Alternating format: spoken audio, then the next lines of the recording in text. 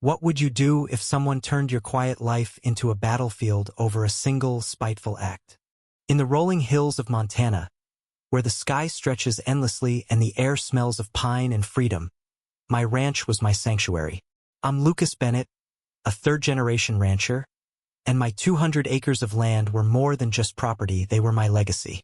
The white wooden fence that lined the perimeter wasn't just a boundary. It was a symbol of my family's hard work, etched with the sweat of my grandfather, my father, and now me.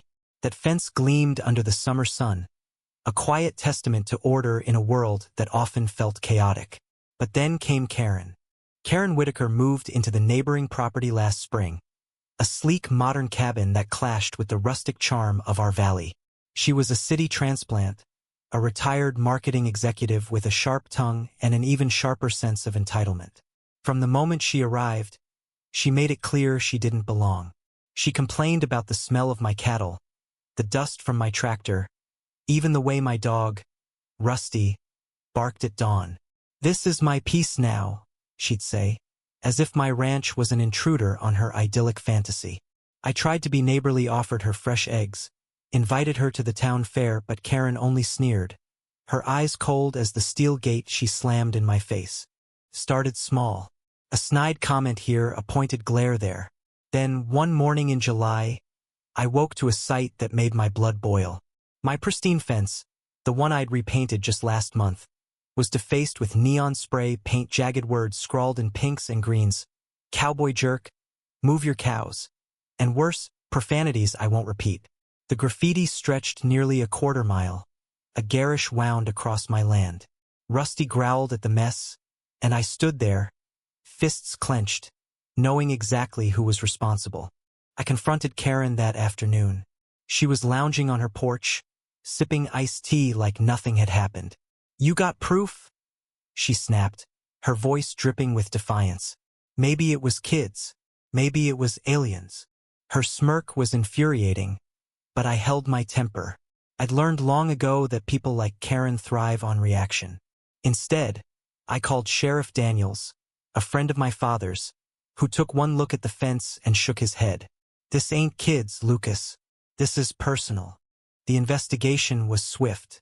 Karen's garage held cans of spray paint matching the colors on my fence, and a neighbor's security camera caught her car creeping along my property line at 2 a.m. the night before.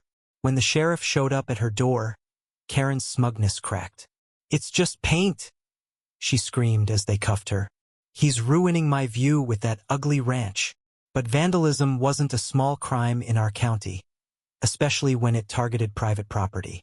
The judge hit her hard. A $90,000 fine for the damage, plus a court order to repaint the fence herself. I thought that was the end of it. I was wrong. Karen's punishment became the talk of the town. Folks at the diner chuckled over their coffee, imagining her out there with a paint roller, sweating under the Montana sun. I didn't laugh. Something about her rage, her unyielding arrogance, unsettled me.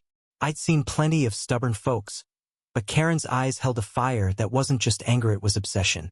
Still, I figured the fine and the labor would teach her a lesson. A week later, I spotted her at the fence, paint cans and brushes scattered around her.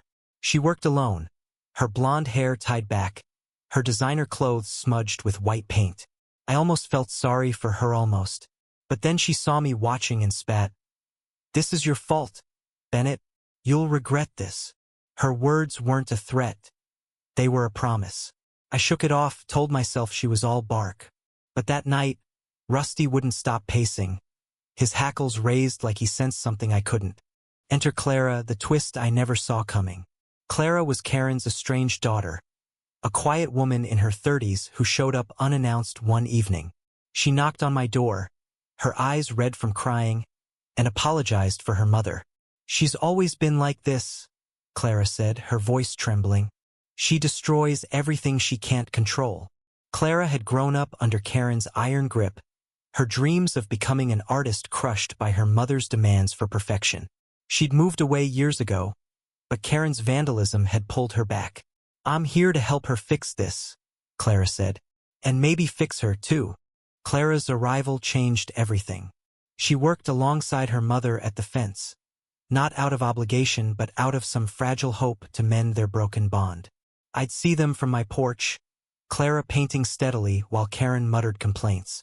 Sometimes, I caught Clara glancing at the horizon, her face soft with longing, as if she were painting not just a fence but a dream she'd buried long ago.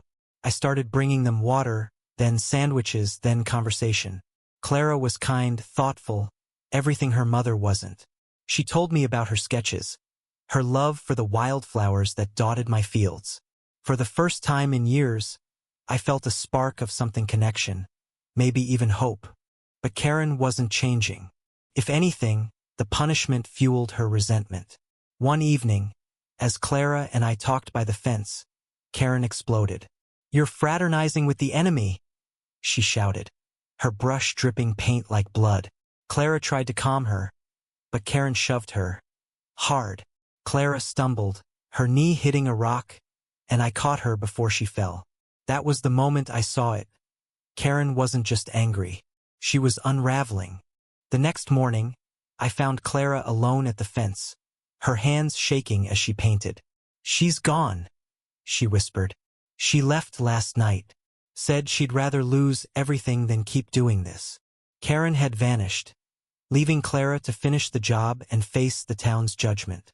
I wanted to help, but Clara insisted on doing it alone.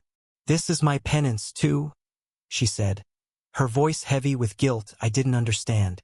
Days turned into weeks, and Clara painted on, stroke by stroke, until the fence was white again.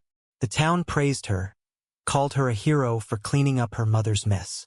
But I saw the toll it took. Her hands blistered, her eyes hollow. One evening, as we sat on my porch, she told me the truth. Karen hadn't just vandalized my fence.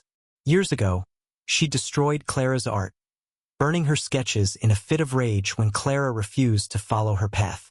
"She said my dreams were worthless," Clara said, tears streaming down her face. "I thought I could save her this time. I was wrong." The fence was finished, but the story wasn't. Karen returned a month later, not to apologize but to gloat. She'd paid the fine with money from selling her cabin and was leaving for good. "You think you won, Bennett?" she sneered, standing in my driveway.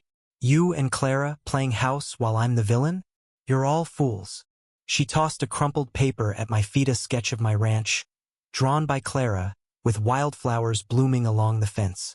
It was beautiful, a gift Clara had never mentioned. Karen had found it and defaced it with a single word in red marker. Pathetic. Clara left the next day. She didn't say goodbye, just left a note on my porch. "Thank you for seeing me. Keep the flowers alive." I searched for her, called every number I could find, but she was gone, like a ghost who'd never meant to stay. The fence stood pristine, but my ranch felt emptier than ever. Karen's final act wasn't the graffiti or the finite, was breaking her daughter's spirit, and mine along with it. I walk that fence line now, rusty at my side, and I see Clara's wildflowers in my mind. I keep a patch of them growing, a quiet rebellion against Karen's cruelty. But the victory is hollow. The woman who destroyed my fence got her punishment, but the cost was Clara's hope, her chance to heal. Some battles, I've learned, leave no winners, just scars that linger under a perfect coat of paint. ND.